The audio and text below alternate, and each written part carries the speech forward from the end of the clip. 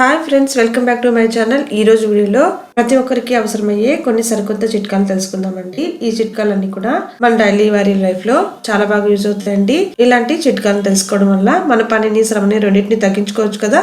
మరి లేట్ చేయకుండా వీడియోలోకి వెళ్ళిపోదాం. వీడియో నచ్చితే తప్పకుండా లైక్ చేయండి.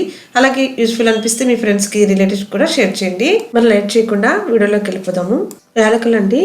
యాలకుల్ని ప్రతి స్వీట్లోనూ మనం యాలకుల పొడి తప్పకుండా వేస్తూ ఉంటాము. వాటిని మనం ఎక్కువ మొత్తంలో వేసుకోం కదండి, కొద్దిగానే వేసుకుంటూ ఉంటాము. ఆ పౌడర్ కూడా మనం తక్కువగానే వాడుతూ ఉంటాము. యాలకుల పొడిని రోట్లో దంచుకుని వేసుకుంటూ ఉంటాము. అలా టీలో వేసుకుంటూ ఉంటాము, స్వీట్లలో వేసుకుంటూ అన్నిట్లో వేసుకుంటూ ఉంటాము. అలా దంచి వేసుకోవడం వల్ల ఆ రేకుల్ని అవన్నీ కూడా నోటికి తగులుతూ ఉంటాయండి. దాన్ని తీసి పక్కన పడిస్తుంటూ ఉంటారు. అలా కాకుండా బ్లెండ్ చేసుకుని ఇలా మిక్సీ జార్లో వేసుకుని బ్లెండ్ చేసుకుని తీసుకుంటే వాటి స్మెల్ అంతా కూడా మనకు స్వీట్లో వేసుకున్నప్పుడు స్వీట్లోకి, అలాగే టీలో వేసుకున్నప్పుడు టీలోకి ఆ స్మెల్కి చాలా బాగుంటుందండి టేస్ట్ అనేది. మరి తక్కువగా ఉన్న యాలకల్ని బ్లెండ్ చేసుకోవడం కోసం అంత ఈజీగా మెదగదు కదండి. అందుకే నేను ఇక్కడ షుగర్ వేసుకుని ఒక 2 స్పూన్స్ వరకు షుగర్ వేసుకుని యాలకల్ని వేసుకుని ఇప్పుడు కానీ వీటిని బ్లెండ్ చేసుకుంటే ఈజీగా మిక్సీ జార్లో కొట్టుకుంటే మెత్తగా అయిపోతుందండి పౌడర్ లాగా. ఇప్పుడు ఈ పౌడర్ని కానీ మనం తీసి ఒక డబ్బాలో స్టోర్ చేసుకుని మనం స్వీట్స్ చేసుకున్న టీ పెట్టుకునేటప్పుడు కానీ పౌడర్ వేసుకుంటే చాలా బాగుంటుందండి. మంచి సువాసనతో చాలా బాగుంటుంది. మనం స్వీట్లో కూడా ఎటు షుగర్ వేస్తూ ఉంటాం కదండి. అలాంటప్పుడు ఇలా షుగర్ పౌడర్ అయినా కానీ ఏమవుదు కదా. చూసారు కదా ఎంత బాగా బ్లెండ్ అయిందో. ఇప్పుడు దీన్ని మనం పంటికి తగలకుండా అడ్డు రాకుండా ఉంటుంది. వీటిని ఈజీగా వాడుకోవచ్చు. నేను ఇక్కడ ఆల్రెడీ ఇంట్లో ఫంక్షన్ ఉన్నప్పుడు ఎక్కువ మొత్తంలో వాడాలనుకున్నప్పుడు ఇలా కార్డమన్ పౌడర్ని డబ్బా తెచ్చుకున్నానండి. డబ్బా ఖాళీ అయిపోయింది. ఇప్పుడు ఇందులోనే స్టోర్ చేసుకున్నాను. ఇలా స్టోర్ చేసుకొని ఎప్పుడు కావాలంటే అప్పుడు వాడుకోవచ్చు కదా. ఈ విధంగా షుగర్ వేసుకొని మనం మిక్సీ జార్లో వేసుకొని యాలకల్ని పొడి చేసుకొని ఒక డబ్బాలో స్టోర్ చేసుకొని వాడుకోవచ్చు. మీకు ఈ చిట్కా యూజ్ అవుతుందని అనుకుంటున్నాను. వీడియో నచ్చితే ఫాలో అవ్వండి. తర్వాత ఇప్పుడు రెండవ చిట్కా అండి. అదేంటంటే క్యాప్సికమ్ అండి. క్యాప్సికమ్కి లోపల సీడ్స్ ఎక్కువగానే ఉంటాయండి. అలాగే పైన ఉన్న భాగం కూడా లోపల చాలా పెద్దగా ఉంటుంది. దాన్ని తీసేసి రిమూవ్ చేసేసి ఓన్లీ క్యాప్సికమ్ మాత్రమే కట్ చేసుకుంటూ ఉంటాము. అలా ఎక్కువ కష్టపడకుండా పైన ఉన్న భాగాన్ని ఈజీగా రిమూవ్ చేసుకొని వాడుకోవచ్చండి. క్యాప్సికమ్ని చాక్తో కట్ చేసి తర్వాత లోపల ఉన్న భాగాన్ని తీసేసి ఆ తర్వాత కట్ చేసుకుంటూ ఉంటాము. అలా కాకుండా ఈజీగా ఇలా మూతతో పైన ఉన్న భాగాన్ని ఈజీగా మనం కట్ చేసుకొని ఒకేసారిగా లోపల ఉన్నదాన్ని తీసేసుకోవచ్చండి. తర్వాత మిగిలిన క్యాప్సికమ్ని ఈజీగా కట్ చేసుకోవచ్చు. చూసారు కదా మూత ఎంత ఈజీగా లోపలికి వెళ్ళిపోయిందో.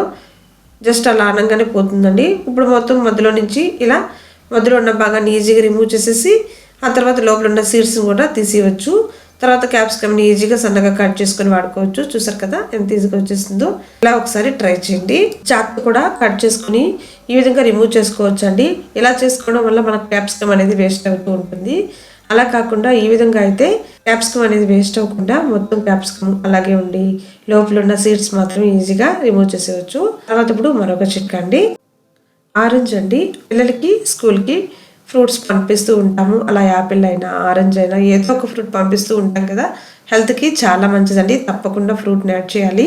ఫ్రూట్ పంపించేటప్పుడు ఆరెంజ్, ఎస్పెషల్లీ ఆరెంజ్ అండి, ఆఫ్టర్నూన్ తినేటప్పటికంతా కూడా మొత్తం పుల్లగా అయిపోతూ ఉంటుందండి. పైన ఉన్న తొక్కను తీసుకొని పంపించామనుకోండి పుల్లగా అయిపోతూ ఉంటుంది. అలాగే ఆ తొక్క వలుచుకొని తెలుసుకోవడం కోసం పిల్లలకు కూడా కొద్దిగా టైం ఎక్కువ తీసుకుంటూ ఉంటుంది. అలా కాకుండా ఇలా మనం చాక్తో లైట్గా పైన ఉన్న తొక్కని ఈ విధంగా కట్ చేసేసి పెట్టేసి ఆ తర్వాత ఇప్పుడు ఈ వీడియోలో చూపిస్తున్నట్టు ఆ తొక్కల్ని మళ్ళీ ఇలా క్లోజ్ చేసేసి ఒక బ్యాండ్ వేసి పెట్టామనుకోండి వాళ్ళు తొక్క తీసుకోవడానికి ఎక్కువ టైము పట్టదు. అలాగే తొక్క ఉంటుంది కాబట్టి ఆరెంజ్ అనేది పుల్లగా అయిపోకుండా చాలా ఫ్రెష్గా అయితే ఉంటుందండి. చూస్తున్నారు కదా ఈ విధంగా నేను బ్యాండ్ వేసి పెట్టేశాను బాక్స్లో. ఈవినింగ్ అయినా కానీ ఈ బాక్స్లో నుంచి ఈజీగా ఇలా తీసుకుంటే ఫ్రెష్గా ఉంటుందండి పండు అనేది. ఇలా తొక్క ఈజీగా తీసుకోవచ్చు.